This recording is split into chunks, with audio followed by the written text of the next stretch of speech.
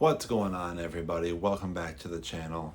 I hope you guys have been staying safe and you've been doing well since the last time I posted. Now, my apologies, everybody. I was gonna post this past weekend, but my throat and my voice were so jacked up from what, I don't know, just some probably summertime BS, whatever. So I wanted to wait till my voice was fully recovered so you guys weren't subjected to whatever was going on in my throat. Now, initially what I was going to do is, because I knew the Karmelo Anthony trial had gotten underway, I was kind of going to do like a what has happened in the trial so far, where are we now, what's left, what's the outcome looking like, that sort of thing. But unfortunately, I couldn't do that because I wasn't feeling too great. But I'm feeling good now. But the thing that we all know is that trial has now ended. And there has been a whole lot of shit, pardon my language, YouTube gods, among this trial. People making things up to suit their own ends, both for Karmelo and anti-Karmelo,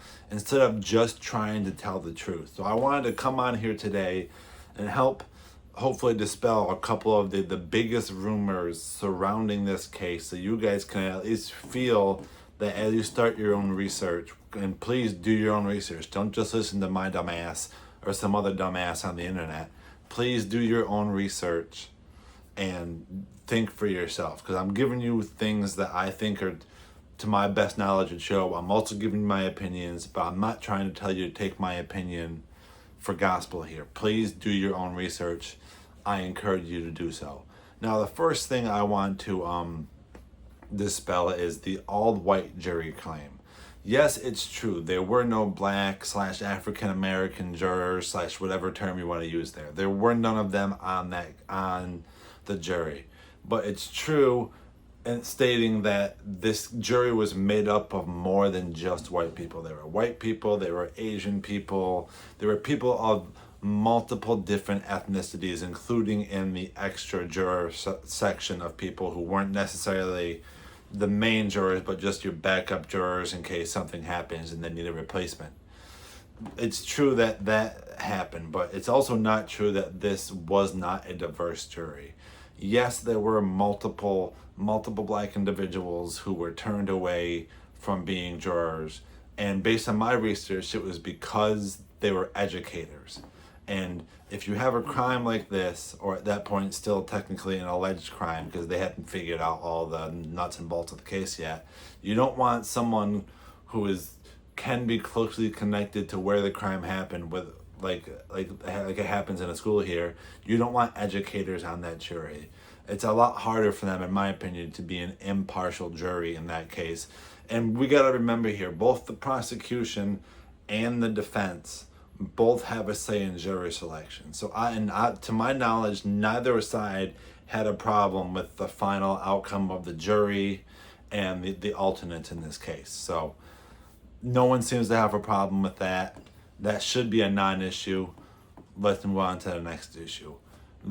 It wasn't a knife, it was a cleat sharpener / whatever the hell. It is completely false that this was anything other than a knife. And some people have admitted that, but then they started lying, stating he was allowed to have it where he had it. And that is not true. Well, yes, it's true that he was allowed to have that knife in the state of Texas. He could have been Mel Gibson sitting on the side of the road eating apple slices like he's doing in The Patriot, or just sitting there whittling some wood for a kid somewhere. I don't know what he would have been doing with the knife, but that's besides the point. But organizations like schools, private businesses are allowed to do things like, hey, no knives on the premises, no weapons on the premises, no this, that, just securing the safety and security of the people that work there, the people that go in and out of these businesses and schools every day.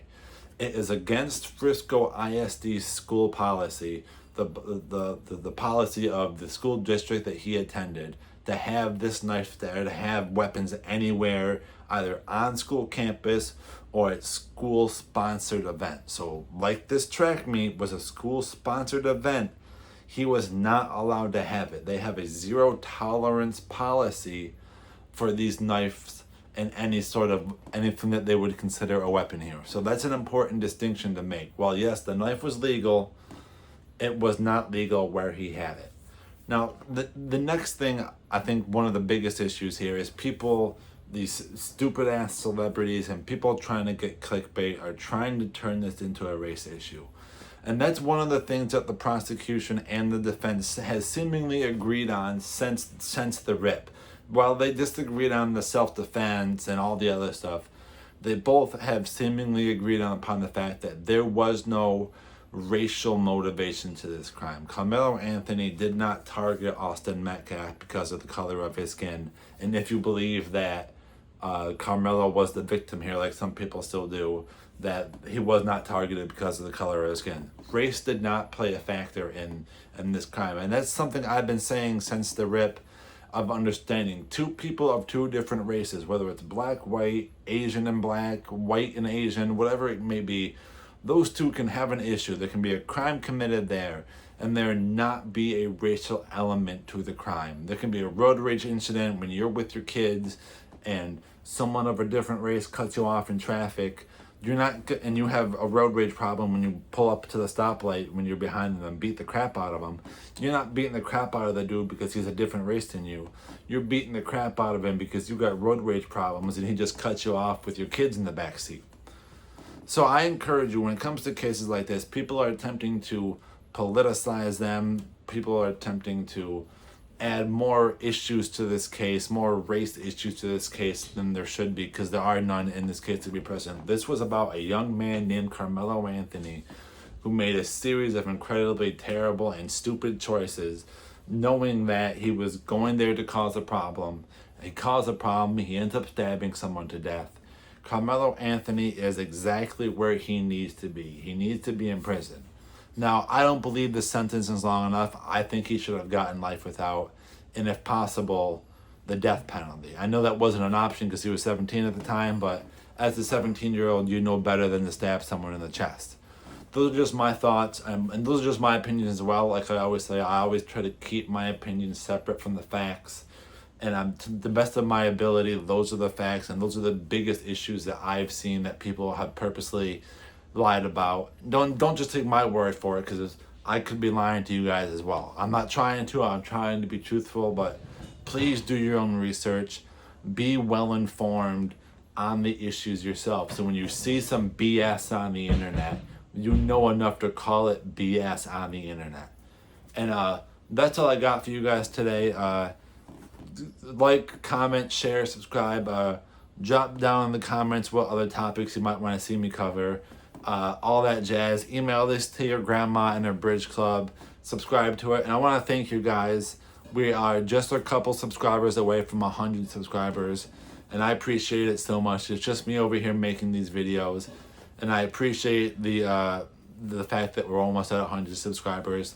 You guys are great. I appreciate you coming here. I'm going to keep making videos. And let's see how further throughout the rest of this year and next year, how many more subscribers and how many more of you guys will get here. I appreciate you guys, and until next time, have fun and stay safe.